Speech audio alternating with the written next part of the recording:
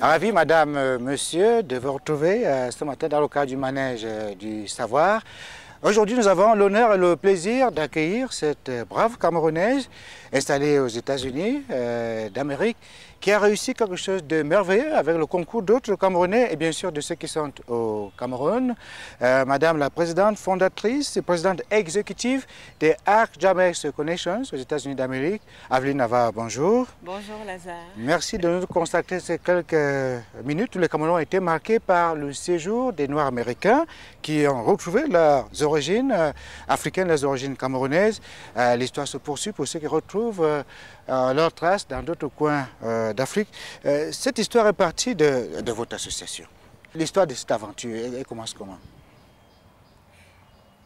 L'histoire des Américains qui viennent au Cameroun? Et l'histoire des ArcJamers déjà. L'histoire de ArcJamers, c'est en fait le rêve d'une famille, la famille Ava, qui veut rendre hommage à une femme américaine qui a élevé leur papa.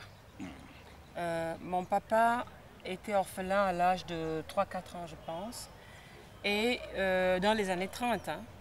Et une dame missionnaire américaine qui s'appelait Eva Miller, qui a rencontré mon père, tombée amoureuse de ce petit garçon et a décidé de s'en occuper. Elle est restée 2 ans au Cameroun. Elle s'en occupait comme son propre fils. Elle a pris avec elle, il vivait chez elle. Puis elle a été rappelée aux États-Unis. Et pendant les 48 prochaines années, cette femme s'est occupée de mon père comme si c'était son propre fils. C'était ta tutrice quand même. Oui, mais à une époque où les États-Unis connaissent la ségrégation raciale, c'est quand même touchant, impressionnant de voir une femme blanche, blonde aux yeux bleus, qui décide d'aimer un enfant bien noir, parce que mon père était... Il n'avait pas mon teint, mon père, hein, il était bien comme ça, et s'en occupait comme si c'était son propre fils. Mon père a passé... Écoute, mon père vient d'une famille de 18, d'accord? Une grande famille africaine. 18, frères et sœurs. Cette femme l'enlève comme ça, et du coup, il est le seul à être allé à l'école. À bénéficier de l'éducation, voilà, des soins. Il est devenu un intellectuel, il est devenu un homme politique important dans ce pays, il est devenu un homme d'église important, il est devenu un homme traditionnel important grâce à cette femme-là. Donc, il avait toujours le sentiment de se dire, pourquoi moi? Qu'est-ce que j'ai fait moi pour mériter ça? Il a donc décidé que toute sa vie, il allait rendre hommage à cette maman. Parce que notre grand-mère, donc c'est ça, c'était une Américaine. Il allait rendre hommage à cette maman et surtout, il allait pratiquer le bien que cette femme lui a inculqué. Si tu regardes bien, l'histoire de mon père, c'est quoi? C'est un acte de bonté d'une femme sur un enfant qui n'a pas de maman et qui après a des conséquences sur des centaines de vies. Parce que mon père a élevé pas seulement les 11, 12 enfants que nous étions, mais il a élevé les neveux, les nièces, les cousins, de ses frères, de ses sœurs.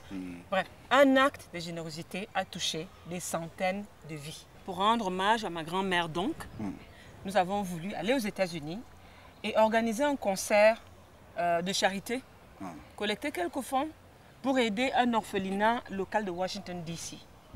À la base, c'est moi qui ai l'idée. Je propose à Papa Noël, Noël Ekwabi, que tu connais, le grand bassiste international camerounais, qui est en tournée en Amérique latine à l'époque. Je propose à Djelou Ava, qui est à Paris, virtuose de la guitare aussi, et je leur dis, qui fait rage aux États-Unis d'Amérique, pour qu'on fasse un petit concert. On rend hommage à notre grand-mère. Papa Noël, il dit tout de suite, il n'y a pas de problème, dès que je finis ma tournée, je viens. Donc, on commence à préparer cet événement. Moi, j'arrive, écoute, voilà, je cherche une salle. Je rencontre l'ambassadeur Mendouga. À l'époque, c'était l'ambassadeur Mendouga. Jérôme Mendouga, son excellence. Et je leur dis, bon, voilà, je suis venue, je voudrais faire un petit concert. Et l'ambassadeur me dit, mais attends, tu es en train de m'expliquer que des artistes africains viennent à Washington, D.C. pour aider des enfants américains? Je dis, oui, excellence. Des Noirs pour les bonnes œuvres aux Américains. Voilà. C'est quand même étonnant. Oui. Et il dit, non, non, non, c'est pas possible, vous ne pouvez pas faire ça comme ça. Je dois t'amener à rencontrer le corps diplomatique. Parce que je pense que le corps diplomatique africain doit soutenir cette initiative. C'est comme ça que, voilà, tout d'un coup, on cherche une petite salle au quartier hein, pour faire un petit concert où on invite quelques amis, des membres de famille. Et on se retrouve avec le corps diplomatique à la Banque mondiale. Parce que par la suite, donc, on me demande d'appeler Eric Tchingé, qui est à la Banque mondiale. Quand j'appelle Eric, Eric me dit, oh là là là là, il faut venir à la banque. J'arrive à la banque, il me présente son patron. Le vice-président de la Banque mondiale, il dit non, il faut que la banque soutienne cet événement parce que la banque voudrait voir une Afrique qui ne vient pas toujours tendre à la main, mais qui vient aussi donner. Voilà. Ils ont saisi l'importance de l'événement. Moi qui cherchais une salle au quartier, on me propose de jouer soit à la grande salle de la Banque mondiale, soit à l'auditorium du FMI. La salle de la Banque mondiale, 2500 personnes, c'est pas possible, c'est trop grand pour nous. Papa Noël choisit la salle du FMI qui fait 400 places à peu près. Et c'est drôle parce que cette salle, Eric m'explique que c'est la salle où les ministres des Finances de toute la planète viennent pour... discuter les questions des finances du monde entier. C'est là que le 28 août 2008, tu sais pourquoi je précise ce jour-là? Parce que c'est le jour où Barack Obama accepte l'investiture du Parti démocrate à Denver. Le même soir, pendant qu'il est en train d'accepter... Enfin, tu sais que c'était un événement planétaire. C'était historique. Pendant qu'il faisait ça, nous, on était au même moment au FMI, en train de poser un acte pour aider un enfant déshérité que nous ne connaissons même pas.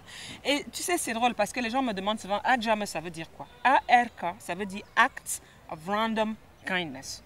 Act of Random Kindness. Act of Random Kindness en français, ça veut dire acte de bonté aléatoire.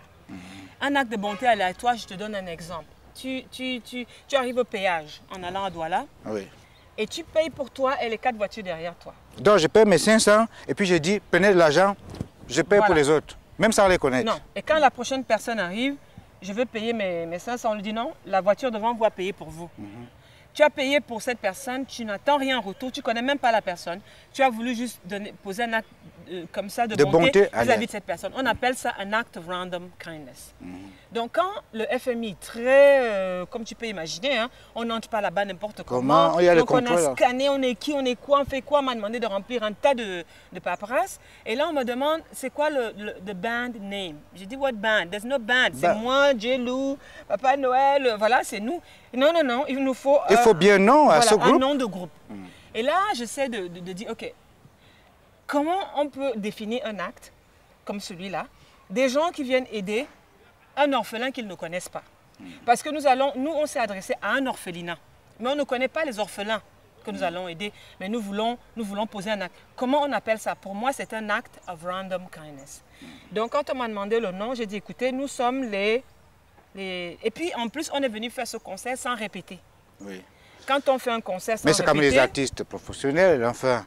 Oui, mais quand on fait un concert sans répéter, on appelle ça la jam. Ah oui. Voilà, c'est une jam. Vous venez, allez, on se met... Voilà, tu prends le micro, l'autre la basse, l'autre la guitare. On appelle ça une jam. Donc, j'ai dit, on va s'appeler... Vous allez nous appeler pour la circonstance les ARK Jammers, c'est-à-dire des musiciens qui viennent poser un acte de bonté aléatoire. Et c'est comme ça que tout ça... Alors, ce jour-là, on se retrouve donc à jouer avec des ambassadeurs, avec le corps diplomatique, avec le staff de la Banque mondiale et le staff du FMI, le vice-président du FMI qui est là. C'était impensable. Et puis alors, la mairie de Washington, mais complètement bluffée. Parce que les gars disent, attendez, vous les Africains, vous venez nous aider? Vous savez quoi pour nous aider? Et nous, on dit, on n'a rien, on veut juste poser un petit acte. Et puis au-delà de l'acte, ce que nous voulons surtout faire, parce que ce qui était important pour moi de passer comme message ce jour-là, c'était pas tellement les fonds qu'on collectait. Lazare, tu te souviens de combien d'argent ton père t'a donné dans ta vie? Moi, je ne m'en souviens pas. Oui, mais je me souviens des conseils, de sagesse, etc. Oui. Donc, l'idée, c'était de dire à cette diaspora africaine qui est venue à l'événement, s'il vous plaît, donnez un coup de main à cette organisation. Passez ce message. Vous êtes ici, vous êtes staff de la Banque mondiale, vous êtes des employés du FMI, vous êtes des diplomates, vous êtes des époux. Écoutez, une épouse d'un ambassadeur, pendant que vous êtes là, madame l'ambassadrice, recevez une petite fille chez vous, une fois par mois, pendant un repas. Parlez-lui de votre culture du Swaziland, ou de l'Égypte, ou du Nigeria, et partagez un repas, et surtout donnez-lui des conseils. Parce qu'elle est paumée, elle est orpheline, elle n'a pas de famille, elle ne sait même pas ce qu'elle va faire de sa vie. Montrez-lui, show her that you care. Yeah. Et ça va être un acte qui va avoir deux conséquences. Il va booster cet enfant, n'est-ce pas? Il va lui ouvrir comment on dit, world view, c'est-à-dire qu'elle va découvrir le regard the outside world. Il y a un monde en dehors des États-Unis. Il y a un pays qu'on appelle le Swaziland, il y a un pays qu'on appelle le Sénégal. Ok, elle va apprendre l'histoire de ce pays. Mais en retour, cette ambassadrice, quand elle repart, elle a laissé une marque. Cette personne se souviendra toute sa vie d'un pays qu'on appelle le Swaziland. Tu vois ce que je veux dire? C'est de la diplomatie culturelle. Donc, on a passé ce message et le message est passé. On a eu le soutien du corps diplomatique, le soutien, mais comme ça, c'est-à-dire, c'est comme si en fait, ce public était là, il attendait qu'on leur dise voilà, aidez-nous, dites-nous quoi faire, et puis ça s'est fait. C'est comme ça donc que le Agjamas est né.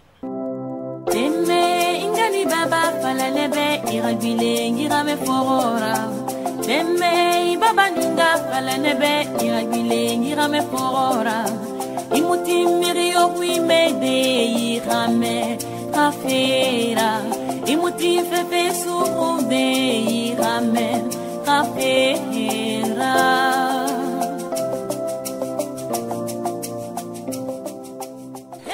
En décembre dernier, on vous voit débarquer au Cameroun avec une cinquantaine de Noirs américains qui retrouvent leurs racines ici.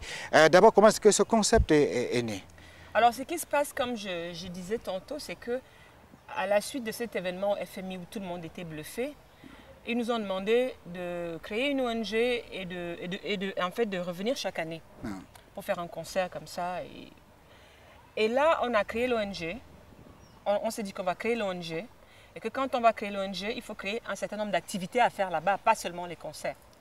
Mais le monsieur qui est venu, qui était le porte-parole du maire de Washington, D.C. pendant cette soirée, un monsieur qui s'appelle Lafayette Barnes, il est venu me parler pendant comment dirais-je, le cocktail et il m'a dit « Je suis tellement excitée parce que vous avez fait, je suis tellement fière parce que je suis votre beau-frère, je suis mariée à une Camerounaise. » Ah voilà, les Camerounais ont un beau-frère américain. Voilà, et il me dit « Ma femme est là, je vais la chercher. » Il me présente sa femme, elle s'appelle Denise Barnes. Hi, nice to meet you. Et je sens un accent purement américain. Je lui dis, mais ça fait longtemps que vous êtes ici? Elle dit, oui, je suis née ici. Ah, d'accord. Vous êtes de quelle tribu? Je suis Tika. Ah bon? Mais vos parents étaient diplomates parce que pour qu'elle soit née là-bas, soit les parents étaient diplomates, soit... Elle me dit, non, pas du tout. C'est mon ancêtre qui est venu en esclavage qui était Tika. Comment ça? Et là, elle m'explique l'histoire du test ADN. Elle dit qu'elle est tellement... que quand son mari lui a dit, il y a un groupe qui vient faire un concert au FMI pour aider nos orphelins et tout ça. Et il paraît qu'ils sont d'origine camerounaise. Elle dit, je ne pouvais pas rater ça. J'avais une mission en Californie, j'ai annulé la mission, il fallait que je sois là, que je vous rencontre. Je voudrais vous dire que je suis camerounaise, je voudrais connaître le Cameroun, mais je ne sais pas par où commencer. Parce qu'entre-temps, elle me dit, oui, c'est super, mais tu sais, je ne suis pas la seule. Je dis, comment ça? Elle me dit, oui, il y a d'autres Noirs américains d'origine camerounaise qui ont passé le test. Je dis, mais c'est même quoi cette histoire de test? Elle me dit, ce que je vais faire, je vais te présenter la présidente de la société qui fait le test ADN. Cette société s'appelle African Ancestry. Le lendemain de ce concert, je rencontre Gina Page, qui est la présidente de African Ancestry. Et qui, elle, a retrouvé ses origines au Nigeria. Et donc, elle me dit, il faut absolument m'aider. Moi, je fais le test. Je voudrais que vous m'aidiez à organiser un programme pour que mes clients puissent se connecter avec l'ambassade de leur pays d'origine. C'est comme ça que African Ancestry Reconnection Program naît. Comme je vous ai dit tout à l'heure, Agjamas, ce n'est pas quelque chose que nous avons créé, c'est quelque chose qui nous a coopté. Que voilà, vous allez être des instruments pour que moi je puisse exister à travers le monde. Donc du jour au lendemain, je m'avais rencontré une dame pour qu'elle me dise, ok, j'ai 3, 4, 5, 10 Américains d'origine camerounaise. Non, je me retrouve en train de signer des papiers. Tout un contrat. Et c'est drôle parce que je signe ça, je ne sais même pas par où on va commencer. Donc quand je sors de là, je dis, mais il faut que j'écrive un programme. Et puis il faut surtout que je rencontre le corps diplomatique et que je leur présente ce programme en disant, voilà, on a cette organisation qui fait ça. Une fois que les Nord-Américains savent d'où ils viennent, nous voulons compter sur vous pour recevoir ces personnes-là en fonction du pays d'origine. Et la toute première initiative dans ce sens-là, avant de venir au Cameroun en décembre, c'était déjà le 20 mai 2010, parce que le 20 mai 2010, on a fêté le 50e du Cameroun à l'ambassade à Washington, D.C. À l'ambassade du Cameroun aux États-Unis. Voilà. Et j'ai proposé à l'ambassadeur, est-ce qu'on peut amener les Camerounais, les Américains d'origine camerounaise, pour qu'ils viennent voir comment nous célébrons notre 50e. Et on se retrouve avec 25 non-américains.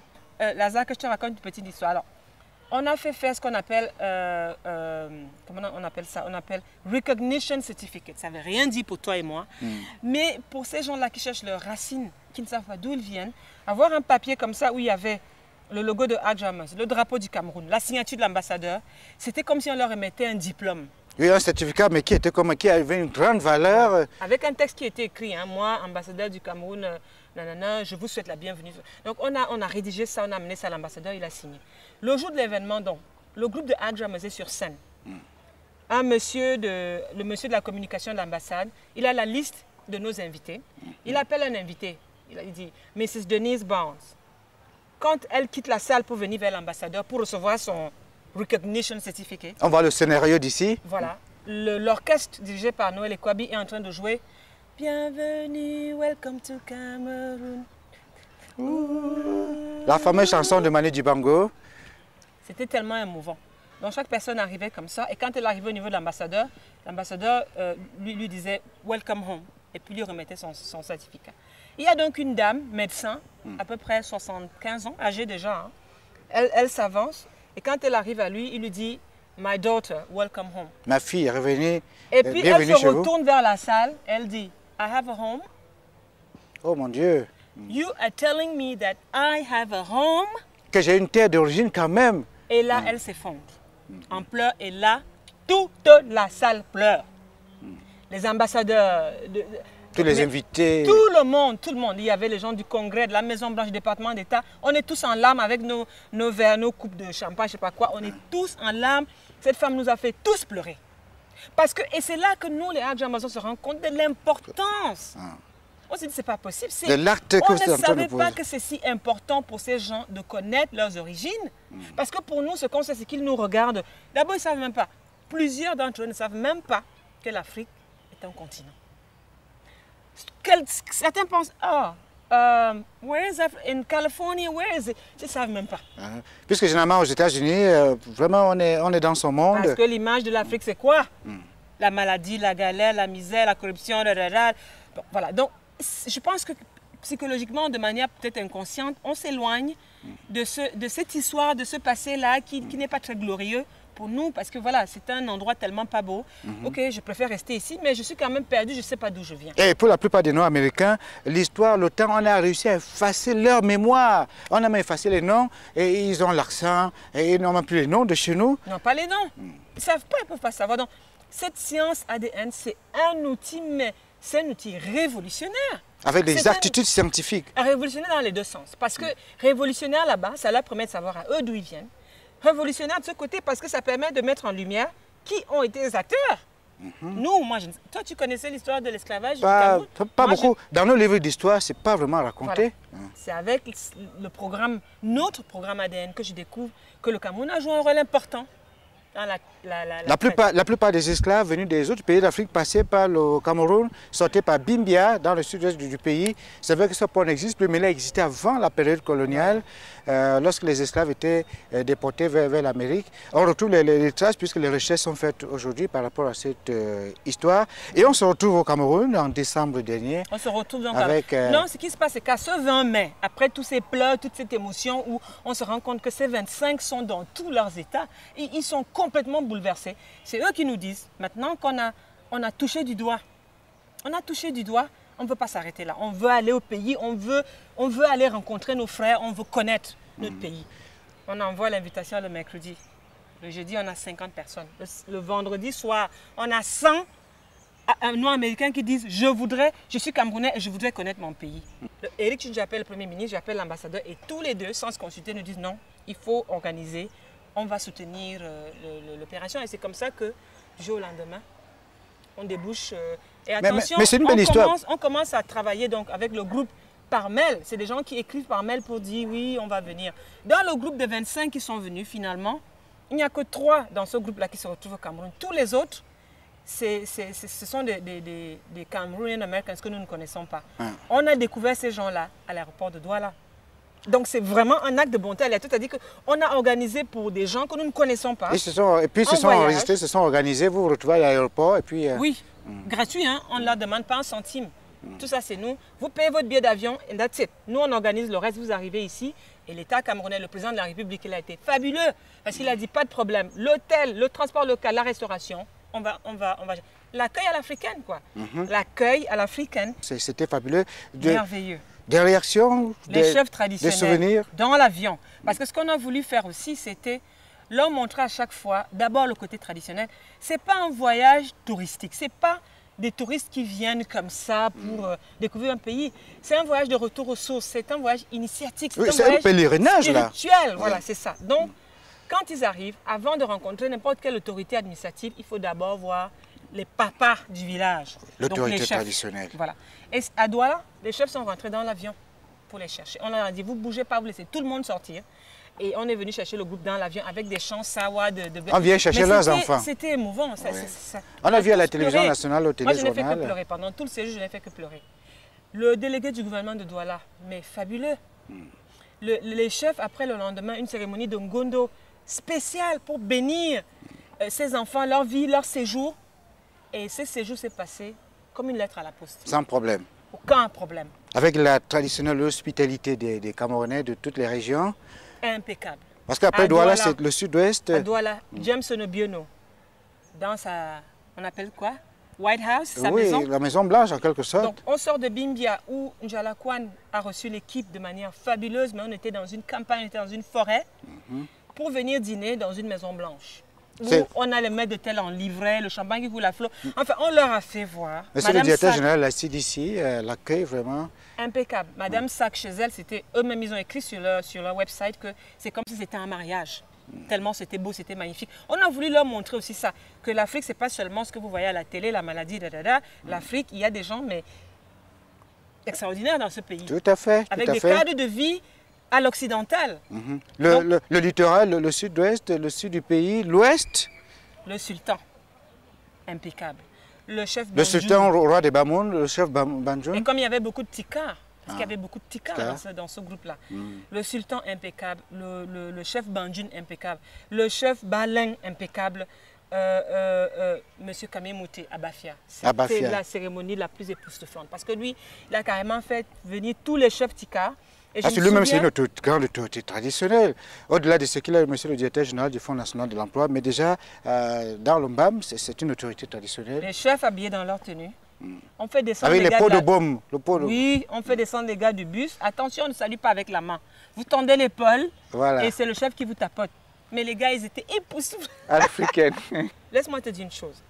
Je ne me suis jamais sentie aussi fière d'être camerounaise qu'en décembre 2010.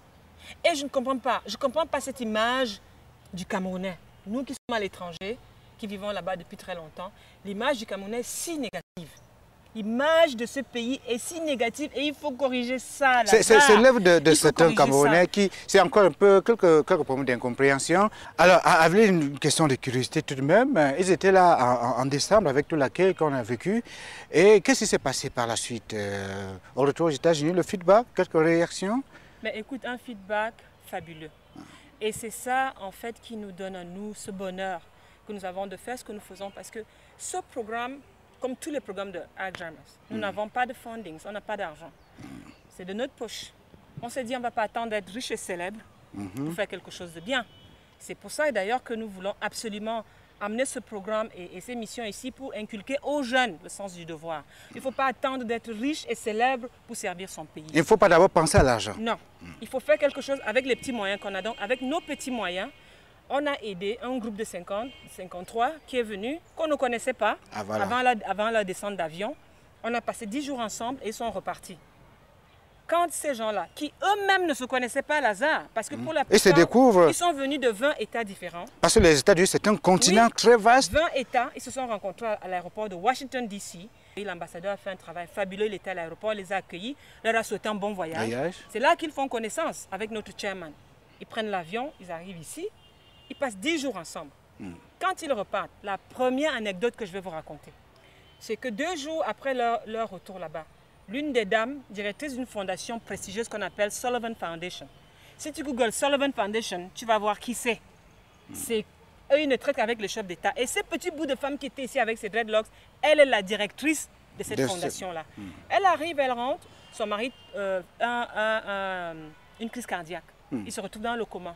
Je ne sais pas comment la nouvelle arrive à tout le monde.